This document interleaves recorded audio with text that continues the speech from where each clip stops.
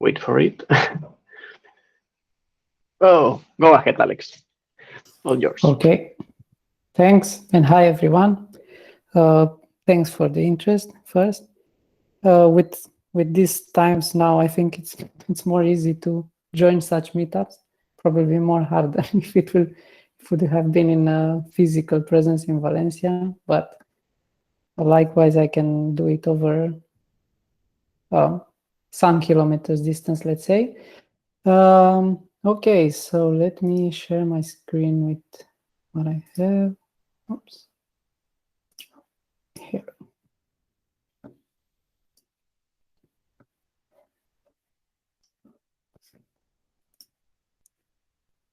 All right, thumbs up if you can see it.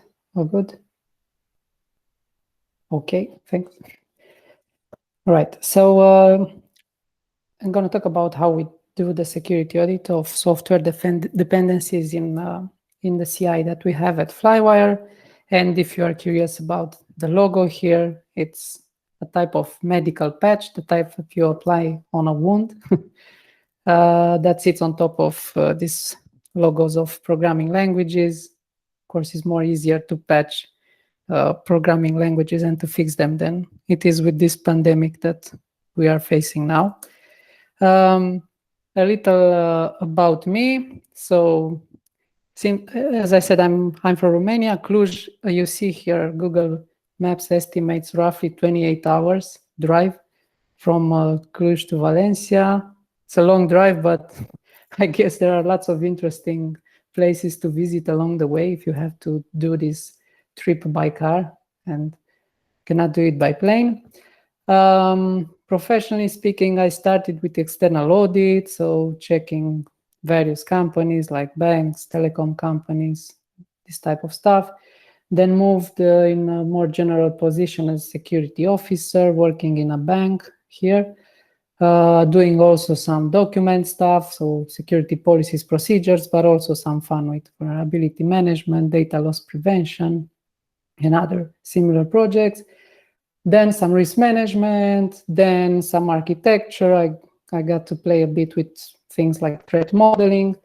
Then some moved to this side with more engineering, more hands-on, doing different security, automating different security controls, working on some fun projects. A past project that I particularly liked was implementing HashiCorp Vault, if you know the company and the tool for secrets management, again in a CI/CD environment, which was quite fun.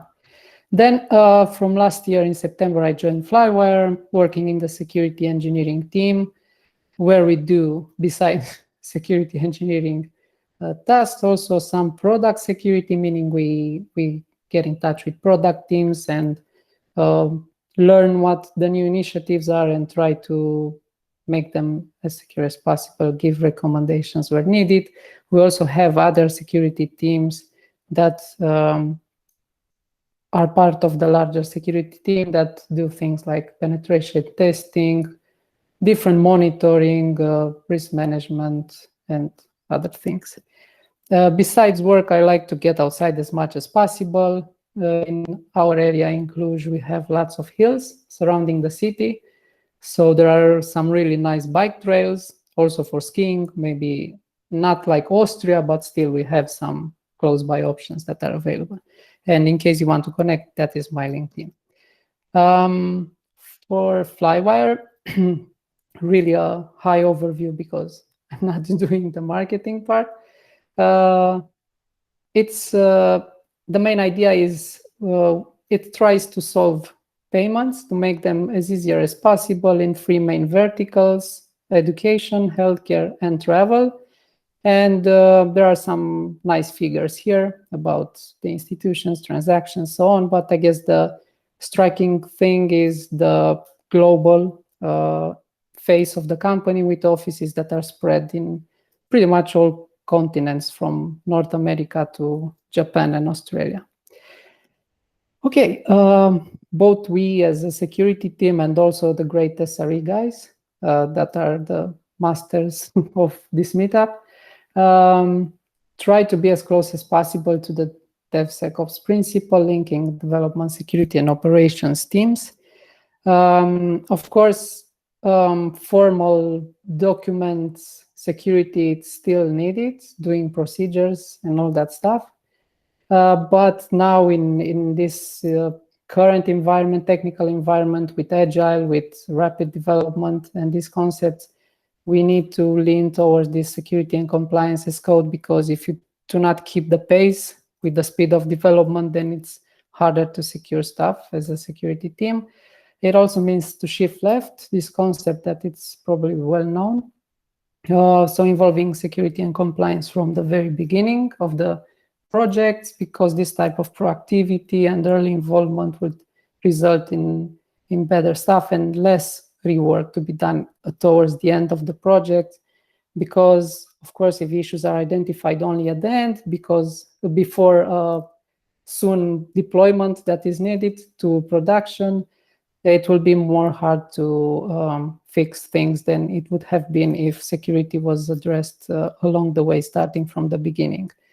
Including controls into the pipeline, it's another thing, which is also the case for this security audit that we do for dependencies. And also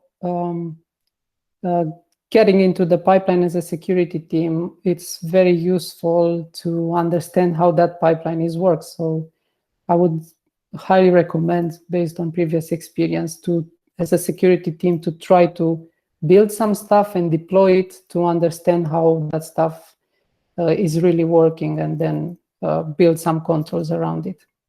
And of course, the general idea that security is everyone's responsibility inside the company.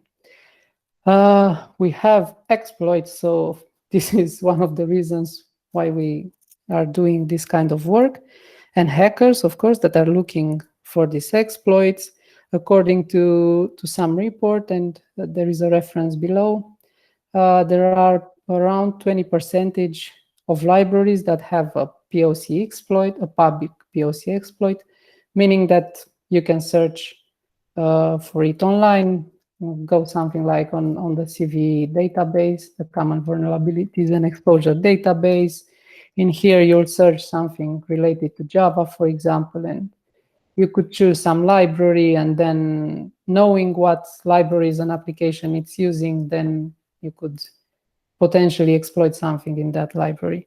So you can do it with just a traditional Google search, but there are also some more focused sources like security newsletters. Here is a favorite one that I follow called AppSecDesign, because besides listing vulnerabilities, it also gives you some fun ideas to try to hack things. And for example, here there was a search in this print screen, a search for Ruby in the repository that this newsletter is using. And we can see here that, for example, for this library, Ruby Sanitize below 5.2.1, there is a bypass, meaning that if your application would be using such this version listed here or earlier version, although you would think that dangerous content such as apostrophe or double quotes, semicolon would be filtered, and your application would be safe. Actually, there is some bypass that could be run, and you actually could launch traditional attacks like cross-site scripting or injection or stuff like this. Then we also have the audits, of course. This is another reason why this type of work is needed. Probably the most well-known here is now in the industry. I mean, it's the SOC 2 Type 2 one, because it not just checks in a point of time that the controls are working, but it also extends towards a certain period of time, and it looks in that period if your controls were operating effectively in all that time. So related to the subject, you need to show that you do valid steps towards reducing risk with updating and patching software dependencies. The good news relating to updating these dependencies is that fixing is mostly not breaking, so updating them is mostly not breaking. Again, it's something extracted from the same report that I indicated earlier. Around 70% of the libraries do get fixed, so that is good. People are working to make them work if they have bugs, or secure if they have any security issues. And also that a large percentage from the 70% are minor version of patch type of updates. And that means that it's more easier to apply them than it would be with a major version. Of course, if this is valid if you are doing regular incremental updates, because if we would wait for some years to do some update, then we probably need a major one, and it would be more harder to apply it. Victoria, in case you didn't heard, is the name of our platform that we use for deployment. And in case you don't know what's the meaning behind the name yet, it's coming from the Victoria ship that was used to circumnavigate the world, part of the Spanish expedition led by Magellan. So it seems we have some fans in this area, and this is how it all started with the naming. As I said, it's Flywire's internal platform as a service. It makes the development, testing, and deployment of the applications quick, simple, and cost-effective. It also has cloud best practices built in, such as scalability, high availability, operability, etc. It's SOC 2 compliant by default. SOC 2, if you remember for the previous slides, being the type of audit. So it was built around this type of audit because we started needing that certification that is given by this type of audit when the whole Victoria work started.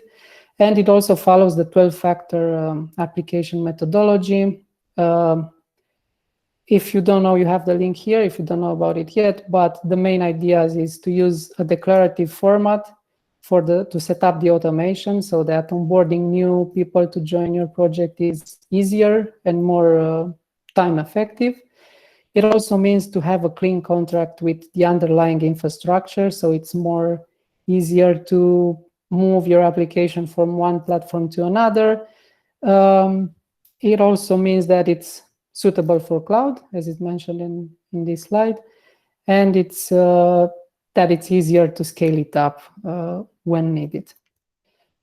The main features of Victoria, it has a domain-specific language. Basically, there are some JSON files that each development team can use and declare what's needed to build up the infrastructure. In this way, we decouple the application from the underlying infrastructure. You don't know to need the whole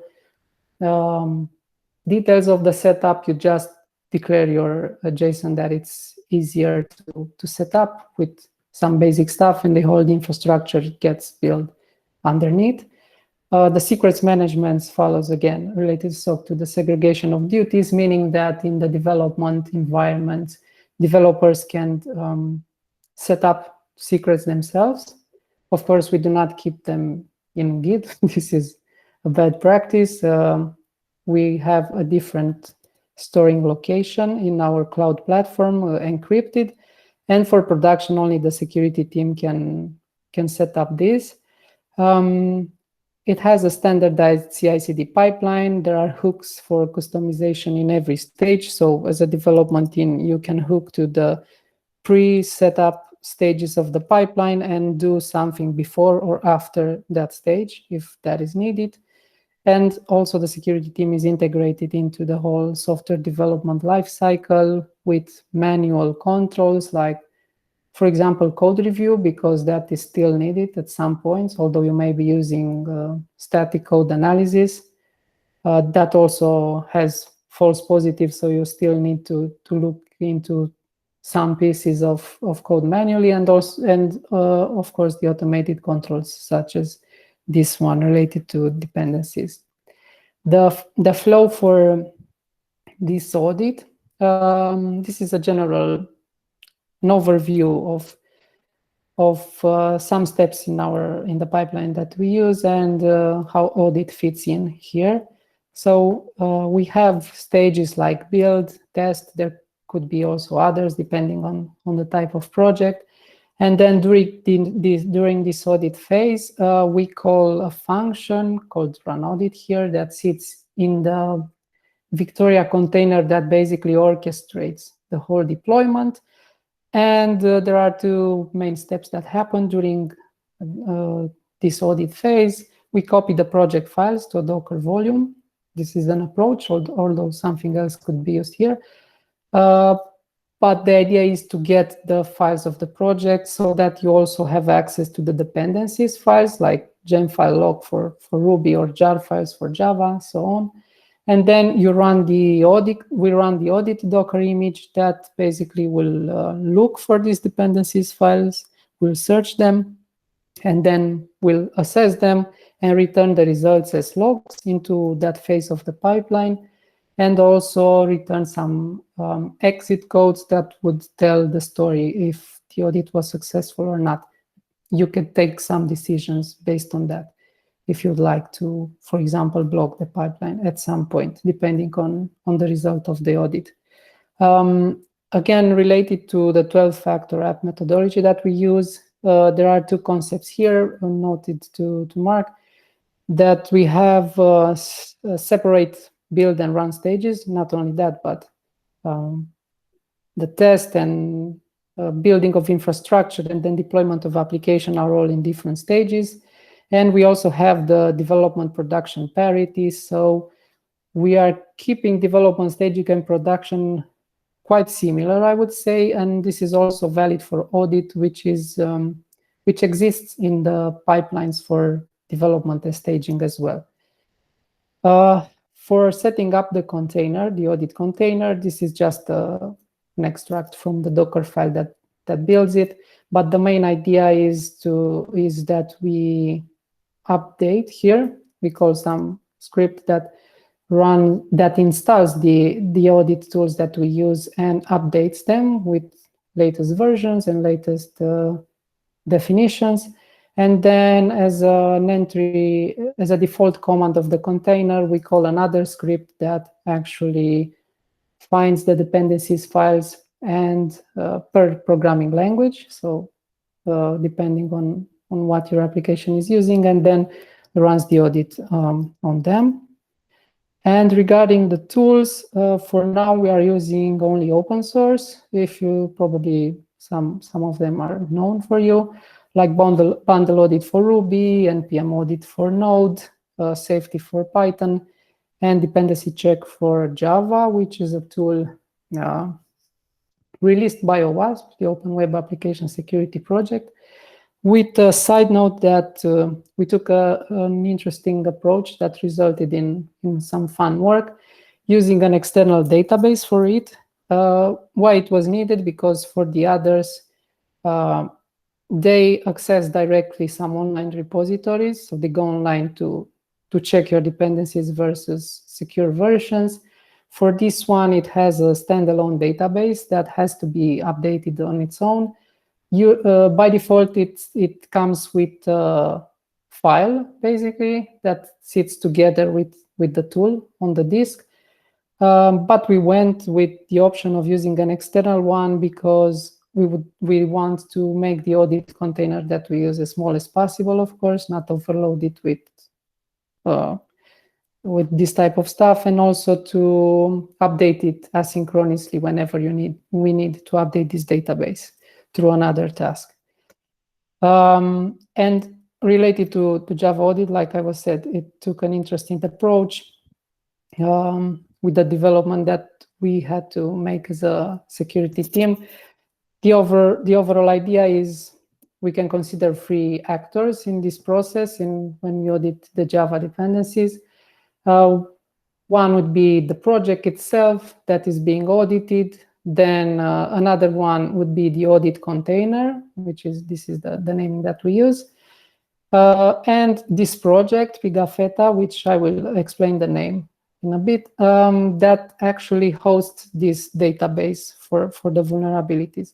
So when we start the CI for a certain project and we get to the audit stage, we pull the audit container, we run it, and this dependency check tool will query this database from the Pigafetta project to find out any Java-related vulnerabilities. Again, this is possible by using a network rule because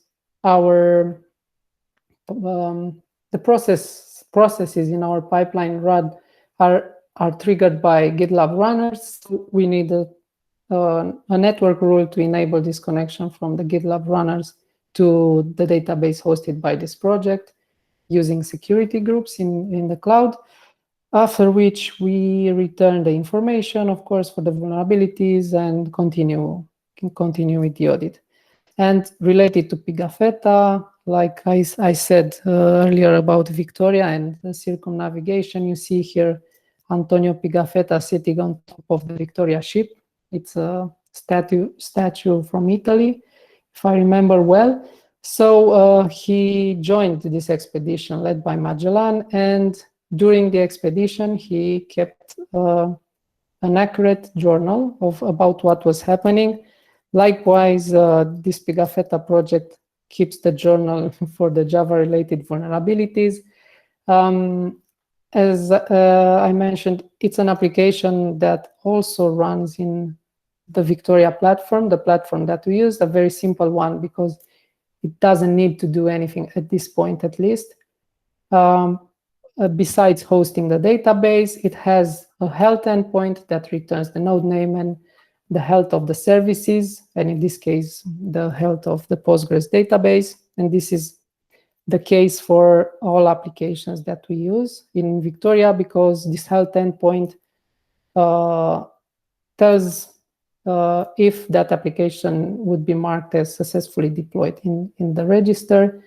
Then when this is deployed, it will load the structure of the database. In case it not exists, it runs a simple select, looking for some fields. And then during the deploy stage of the pipeline, it runs a rake to load the database. And the structure is, of course, provided by the developer as well, being open source. Another reference here to the 12-factor application methodology that is used in general. This type of admin and management tasks are run as a one-off processes, so we do not connect to something, to a database or something else into the production environment. We have a so-called operation container that it's launched in the same cluster with the application container and can run such tasks that, for example, connect to the database to do something. Okay, to onboard the projects, to use the audit, we use an operation to push the needed changes to the audit file of projects. So each project has a set of files that orchestrate the pipeline behavior in the end. In this case, we add the content needed to launch that audit in the specific audit file that is run during the pipeline run. And you can see here, it looks a bit like specifying a group ID, which is the group ID of the GitHub in GitLab, the platform that you use. And then, for example, here we specify the language of the projects to be updated. So we can say that, hey, insert the audit for Ruby-based projects in a certain group from GitLab. And then this is a conversation, interesting conversation that I had with the GitLab bot in our Slack that will parse what I said and launch that operation.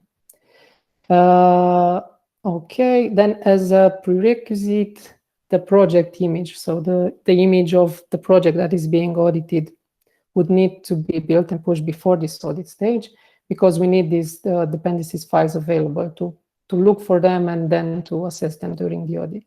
And we also have developed some guides, of course, so that teams can learn how to do some things in case they are needed or check any particular setup. this is an overview of what are the steps, the actual steps that are happening during the audit. So we create a Docker volume. We then copy the project files to that volume. This is not a way, but we could do something else, like building a new image that will host all the files. Again, an idea from our great SRE team. Another interesting thing to notice, using user zero. So another good security practice in general is to not use root when you start your containers. Some projects are not using root, they're using different users. So in this case, we're just using root here when we start our copy, just to have access to everything, everything placed on that container. But then again, as a best practice, when you actually start the application to deploy it and run it in production, you should use a different user than root. Okay, then we are pulling the audit image that sits in our registry that we use, let's say, that also hosts Victoria, so it's the GitLab registry to make it more faster to pull. And then we just run it, mounting the volume that hosts the project files to be assessed. And I actually wanted to show you these steps, try to replicate it on my local machine. So we would start from here with creating the volume, pasting it here. Okay, and then as a project image to actually be assessed, I would use the Pigafetta one that also has some dependencies.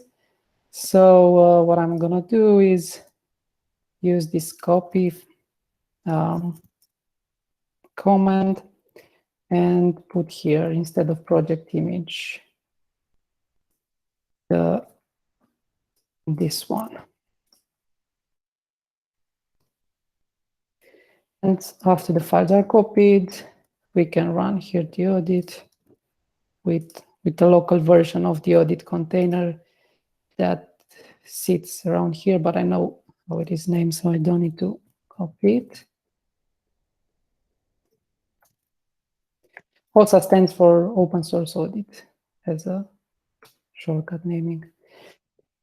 And we see that we identified one Gemfile log project directly in the root directory, and no vulnerabilities were found in this case. And if we would start bash, because as a comment when we start the container, because by default you use that script that actually searches for files and runs the audit. If you would start bash and actually hook to the container, interact with it, then we would see here that we have the project files that were copied previously here in this stage, and the one that's interests us, in this case, the gem files ones. To make it more interesting, I could also put some vulnerabilities in there by reverting to a previous commit. If we are looking, so I'm in the directory of the Pigafetta project. If we were looking at the history of the project, we would see that recently we did an update of dependencies here. And if I would revert back to that place and to that phase and make the libraries vulnerable again. Also, I need to build, of course, and remove the previous image.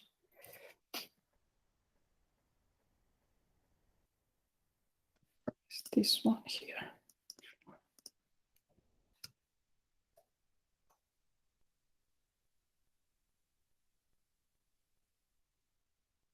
Okay. I need to build it again with the new dependencies. While this is happening, let me remove the Docker volume that was used.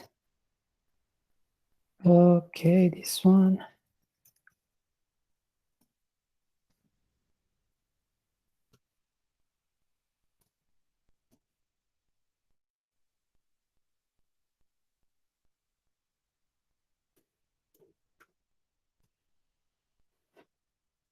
Okay, let's wait a bit.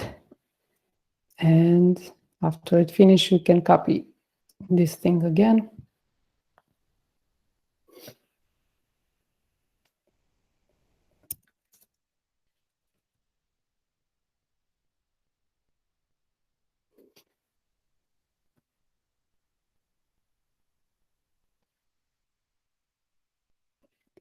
So usually this variable project image, audit image, are fetched from environment variables that are, along with others stuff, are fetched from the environment variables of that project.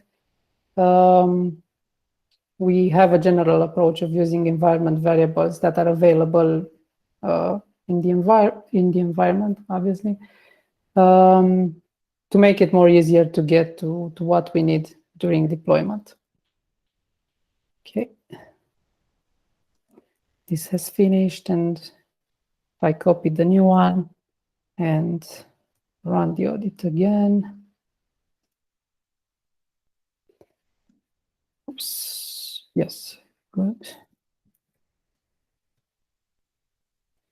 Then we see now that we have a vulnerability identified, and it tells us that we need to upgrade to a certain version. Now, if I would rebase with master and do a git diff on the last one, we can see the small updates that needed to be done for two libraries actually, and then the whole other changes that are generated in the gem file log after we run bundle install in case of Ruby projects. Okay. And this is the way the audit file is looking now. It's very simple. It loads some functions from the Victoria container that, like I said, orchestrates the whole deployment, and then calls a function that it's available through the Victoria container. Again, it can be customized if something's needed for some particular reasons. The results are, like I said, are available in the pipeline logs, like we saw earlier, actually on my local machine. It tells us if vulnerabilities have been identified. It also tells us the criticality, then the version that we need to update. So all the details that we need to make the app to fix the issues. And also exceptions are available by placing a text file into the work tier of the application container. And this file would be parsed during the time of the audit. We see here some CVs mentioned. Basically, that's it. That's all you need to place in that folder, and those CVs would be accepted from the audit. For example, there could be some sub-dependencies of a dependency that you use, and you would not have control over that dependency to update its sub-dependencies. So that could be an issue, for example, and then you would probably need to add an exception. Of course, it's not just a one-time or an easy fix, a one-day fix. It's an iterative process. You have to look at the issues, understand what is happening, and then move on with the stuff. And as a list of takeaways, involve security into the pipeline, DevSecOps principles, shifting left, security is everyone's responsibility. Then a general one, be open to changes as adapted as needed. This process may work now, but if something needs to be changed, and this happened along the way, be flexible and change it, make it work again. Also for development teams, the flexibility must be there to adapt to what is needed. Work with canary releases, so start small and grow incrementally towards a potential blocking mode position where you could actually stop the pipeline if something is found, some issues are found, like, for example, it's done for integration testing. And of course, that fixing some issues is still better than not fixing anything. So do not aim to fix everything at one shot. If you are curious in general about what we do, not only security, but also some technical roles, we have the careers page available. Yeah, and that was it. Thank you again, and we can open it up for any questions that might be.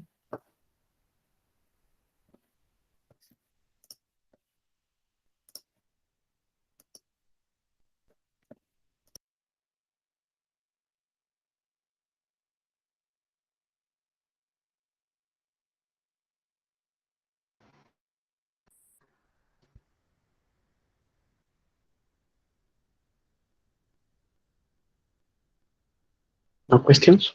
No one?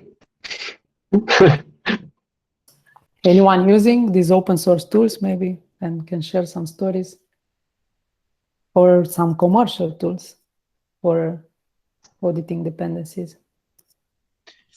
I have one question. Yeah. I don't know. Okay. Well, first of all, thanks for the presentation. Very helpful. My question was about other, I would say, assessments that you do in the pipeline. For instance, typically in containers, you might want to have some vulnerability scanning of the images being used, and I don't know if that's also part of your pipelines. Yeah, it's in the backlog. So in development, it's not there yet. And as an approach, we're also looking at having an internal registry. Also now, maybe you found out about the restrictions from Docker Hub with the limitations that they have for pooling. So I think it's a very good time to be more secure and maybe host your own internal registry that you can scan, and then you can be more sure that you have only pre-assessed images, let's say. So yeah, it's something in progress, but still in development. Thank you. Also, if I'm not wrong, we use Google Container Registry, that it has some kind of standard scanner, right? Yeah. So exactly, our project images are hosted, like Andoni said, in Google Container Registry, and that offers some built-in security scanning. So at least if there are lots of issues with an image, we can know, but it will not block the deployment, that matter.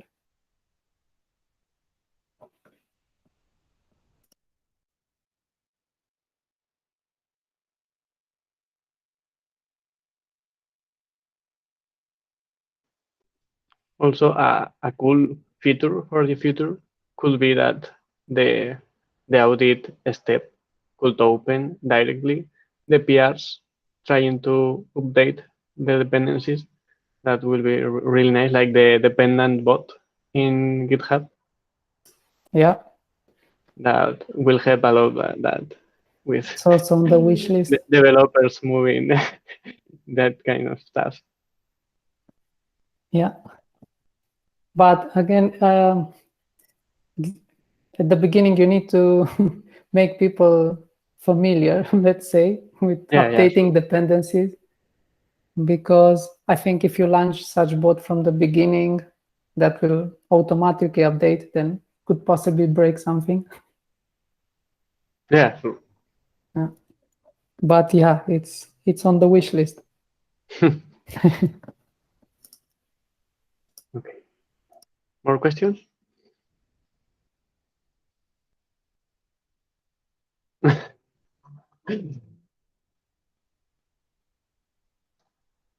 Okay, so I'm going to stop the recording.